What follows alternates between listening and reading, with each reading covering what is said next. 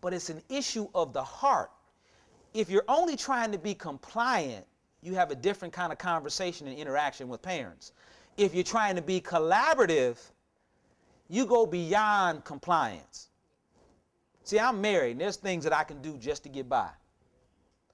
Just to get by so that she don't take me to divorce court and get half, and I get, you know, the stuff I can do just, how you doing? I'll be home. The paycheck is be deposited. You want me to stop at the grocery store? Yeah, I'll be there. What time we got to pick up my son? All right, I'll get him at 6. Okay, what time you come? Okay, all right. And we can just roll through 10, 12, 15 years of just being compliant with one another. What you're supposed to do is, now you doing what you're doing, I'm doing what I'm doing, so all is good. We can roll 10, 15 years like that. But if we want to work as a team, that's a whole nother level. That's a whole nother level. And that same thing is what we're doing with parents. If we want to be compliant, then we do what we do to be compliant. Some schools are not even compliant. But if you really want parents to engage, if we really want them to be a part of performance, changing the culture, then we've got to have a collaborative mindset. I'm going to send that to Mr. Homer, the researcher, and see if he'll add my fourth constructive, but I'm sure he probably would not. Who are you, sir? All right. There's another law that I found to be very beneficial. I'm not sure where the parent base is at your school, but here's what you've got to know. Whatever state of mind or emotion the parents are in right now as we speak, whatever they are right now, whatever the culture is in your school right now as we speak, it'll remain that way. Where's my physics person? Any physics majors in there or had to remember that law? That's right. That's right. It applies to human nature also.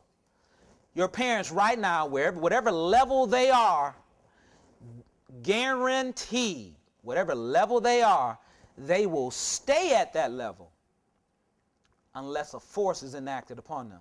As a matter of fact, that law goes on to say that if anything will happen, that object in motion will do what if it's not enacted on? It'll slow down and it'll come to a total rest. So if you really want performance to go down, just do nothing with your parents. Just stay compliant. If you really want performance to go up, then you've got to bring a force to bear on your parent population. Now what that is, we can talk about it, but you've got to know that they're going to do what they do, they're going to continue to do what they do until we do something different with them, until we bring a force upon them that they have got to deal with. And this force is, look, you're either going to reject it or you're going to accept it, but this force is here. The system I'm going to share with you is part of the video, part of the system that we introduced, and it's called the Power of 7, Parental RTI System. And it's about engaging parents in such a way that they are sharing the load. Here's the key part. It provides a systematic process, but by what? They're sharing the responsibility for performance. They've got to share the responsibility for performance. Man, I know y'all big and bad, you highly qualified, certified. That's too much weight. That is too much weight for you all to carry. You've got to have a systematic process of getting parents involved. A systematic way of doing it. So I want to share with you is a system we call parental CPR. It's part of our RTI process. The first leg is called communication. It's called communication. The federal government defines parental involvement as two-way, meaningful, and regular communication between the school. Two-way. That means it's not just the parents harping at the school. It's not just the school passing information to them, but it's two-way. It also means that it's regular. And every school and every district has defined what regular communication is. Is it every week? Is it every month? Is it when report cards come out? Progress reports? And then once you do that, the last piece is not only two-way, it's not only regular, but it's also, and here's where we miss it, is meaningful. And I relate it back to relationships again. I can talk to my wife regular, right? I can let it be two ways, just not me talking to her. She can talk back to me. But what if it's like empty conversation, don't really mean nothing? You still not, she's still saying you're still not addressing the issues that I'm dealing with. So we sitting in the marriage counselor's office, and I'm saying, I don't understand why she tripping, man. I'm doing everything I got to do. I talk to her, I do what I'm supposed to do, and it comes out in the meeting that she said, but you're not talking about, right? she just she just went for the throat. You ain't talking about nothing. So I still not half met it. So the first thing we do when we're looking at schools is we have to assess. The first thing you want to do, first thing any school wants to do, is to assess how they communicate with their customer. Again, using the business motif. It's your customer. How are you talking to your customer? You talk to them, well, no, you can't, this is how you just got to do something with your child. You can't come in here and see, you can't, just all kinds of different ways. How do you talk to them? Do you talk to them meaningful? Do you talk to them regularly? And is it two-way? One of the first things we do. If we were to assess, in a second we'll take a break because he's got to do some things with the camera. If we were to assess, as a matter of fact, let's do this real quick. How do you guys talk to your parents at school? Tell me, let's just write it down. In what ways do you communicate? Anybody? All right, so you got newsletters. You got conference. Are these the parent-teacher conferences, you mean? Okay. Okay.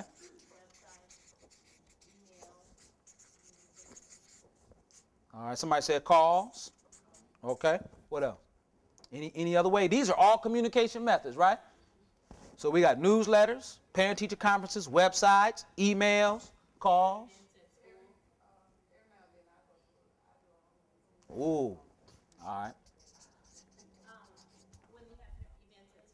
All right. What I want to do is pick back up on that concept. This is going to be more of a working session here. This one concept here. What I want you to do, are you all from the same middle school by any chance?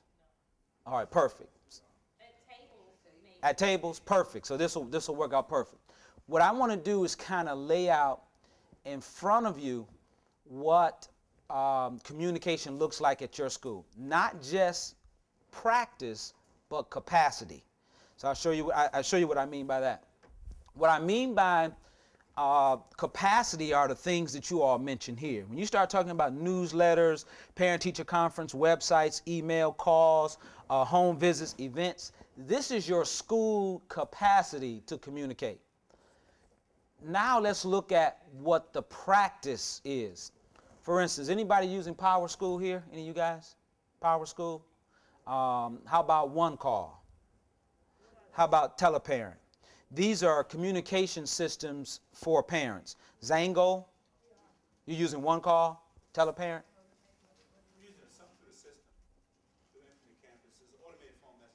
So a teacher can, make sure I understand how it's used, a teacher can, for their class, say,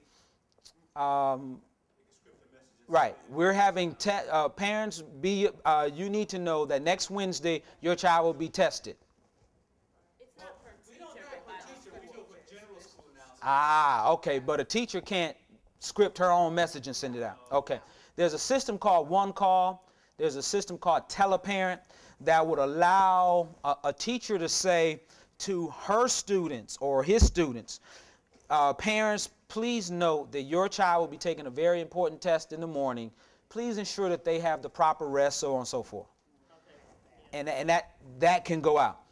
And that's why I mean by let's look at what our capacity and our practice is at our buildings, because that's very key. What I find most districts have, and it goes back to my fourth construct, and that is whether you want to be compliant or collaborative. What I found most districts have begun to do is they spent big money on those systems that I named. I mean, Power School alone is $32,000. And that gives parents the ability to, schools the ability to do the One Call thing that I talked about. So each teacher can go and say, your child needs to do this. Now, how do you think teachers, because what I want to do is I want you all to look at how you guys do it at your building. So let's use